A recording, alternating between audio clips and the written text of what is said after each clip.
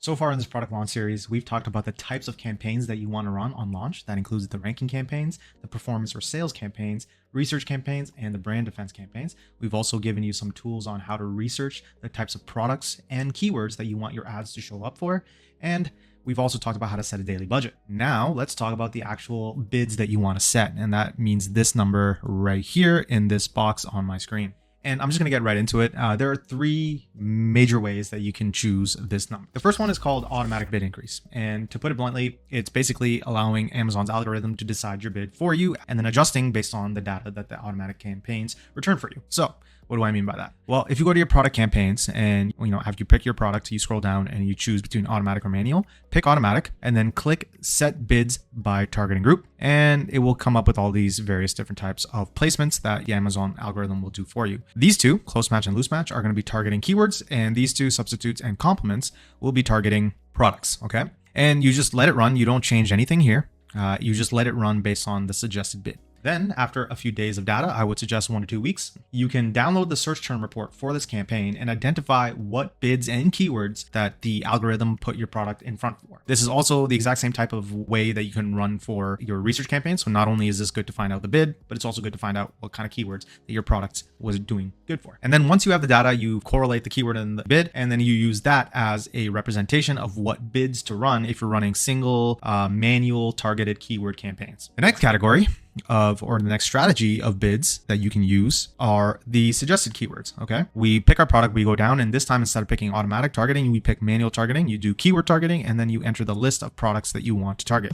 So in my case, it's all of these words. I've already added them here, so I'm not going to add them twice, but these are the keywords. Okay. And then as you can see, it also has a column for suggested bid. And within the suggested bid, it gives you a range at the bottom, 38 cents to 78 cents, and then kind of the middle point, 62 cents. Not the best and certainly not the most optimized, but when you have absolutely no data and you're looking to launch keyword targeting campaigns, manual keywords, this is not the worst place to start. So it is loosely connected to the competitive nature of the product. And according to Amazon itself, the suggested bid provides you with an estimate of the Amazon bids that have been used by other advertisers for products such as yourself. So it looks at what other competitors are bidding for the same keyword with their products, and then kind of gives you a range of all the bids placed by competition, loosely, by the way, it's not super accurate, and then spits out the suggested bid for you. And again, when you have no data, it's a good place to start. So you can always start there. And then obviously, as you get your search term reports back after 1 to 2 weeks of running these campaigns, you can adjust the bid accordingly. The final strategy is what we use here at SellerMetrics. It's very effective, but it does take some mastery to kind of get a hang of it. And it's called the manual or incremental bid increase. And it's very straightforward, if not time consuming. The purpose of this strategy is to find that magic number where we get a solid amount of impressions at the most cost-efficient click-through rate. And the incremental bid increase is as follows. We bid well below the suggested bid range by Amazon, then incrementally increase the bid over time until we're getting a solid amount of impressions that lead to click-through rate. So I'll give you an example right here. So these are all the keywords that I want to bid on. And then we have the suggested bid. So let's talk about watch case. It's the highest volume search keyword for me. The suggested bid is 38 cents to 78 cents. So what I would put is a bid that is well below 38 cents, which is, in my case, I'm going to put in 25. You don't want to go so far below that you just kind of have an intuitive sense that you're not going to get any impressions. I'm doing it well below, but not so far below that it seems ridiculous. Okay. So 25 cents is what I've come up with. Now I would run this, and every single day, maybe twice a day, I would actually look at the results, at the performance of this campaign. And based on the number of impressions that I'm getting, I would incrementally increase the bid by 5 cents, 7 cents, something like that, right? Obviously, the exact number that you want to put in and the amount that you want to incrementally increase it is going to change based on the suggested bid of the niche.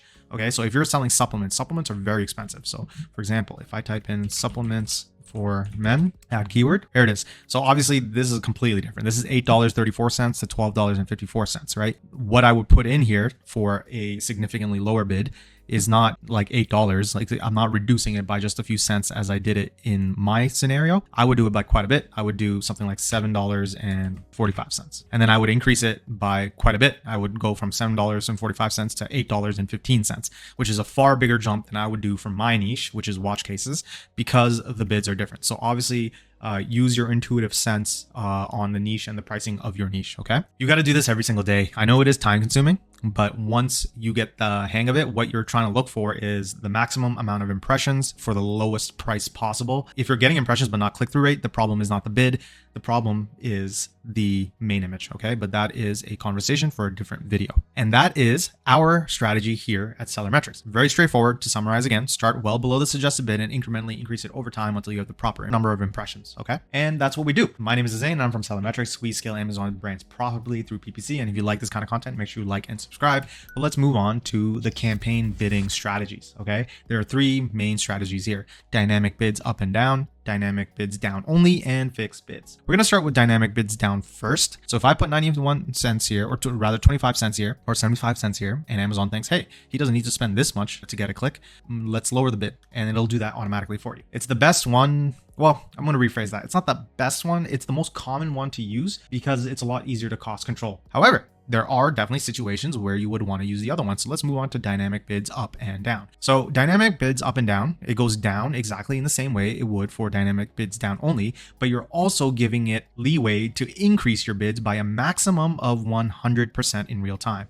So what that means is, if let's say you're bidding 75 cents for a keyword, it looks at the competitive landscape and it's like, okay, this guy is not going to win the bid at 75 cents at all. So Amazon's algorithm will adjust the bid up to 100%, which means double. So instead of 75 cents, it can bid up to $1.50 on your behalf. It will do that for you so that you get the impressions and the clicks. This is really good strategy to use if you are not getting any impressions and you don't really know what number that you're going to get the impressions at. So if you've incrementally increased your bids to a point and you're like, okay, it's still not working, you can just click this and let Amazon do its job for you. I know this might contradict, it sounds like it contradicts the incrementally increasing strategy, but if you're incrementally increasing and for a couple of days you haven't gotten impressions and you just don't have the time to spend on finding the magical number, you can use this to use the Amazon algorithm to help you out. Okay, so definitely useful to find the value and the number at which you start getting impressions. It's also important to note that once you find the value at which you're getting a solid amount of impressions, you can go back into the same campaign and change it to down only, right? You're not stuck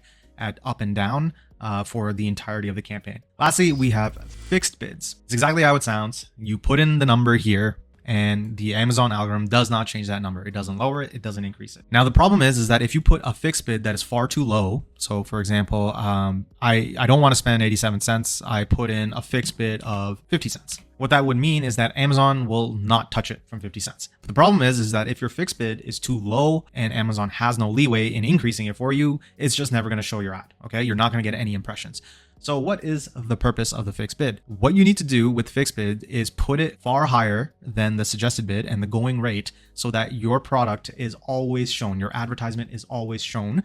And what that is really useful for is ranking campaigns. See, the purpose of a ranking campaign is to organically rank for a certain keyword that your product would show up for and would lead to clicks and conversions. And if you want to really aggressively rank, you put a fixed bid in that's really high. And so that results in your product constantly getting impressions and clicks. However, I do not recommend this if you have absolutely no data on the going landscape for a product. Let's say I put in $2 for the word watch case. It says the upper end 106, and I put $2 because I'm thinking, okay, I won't lose out on the impressions at $2, which is true. However, you might also have not lost out on impressions at $1.25 or $1.50.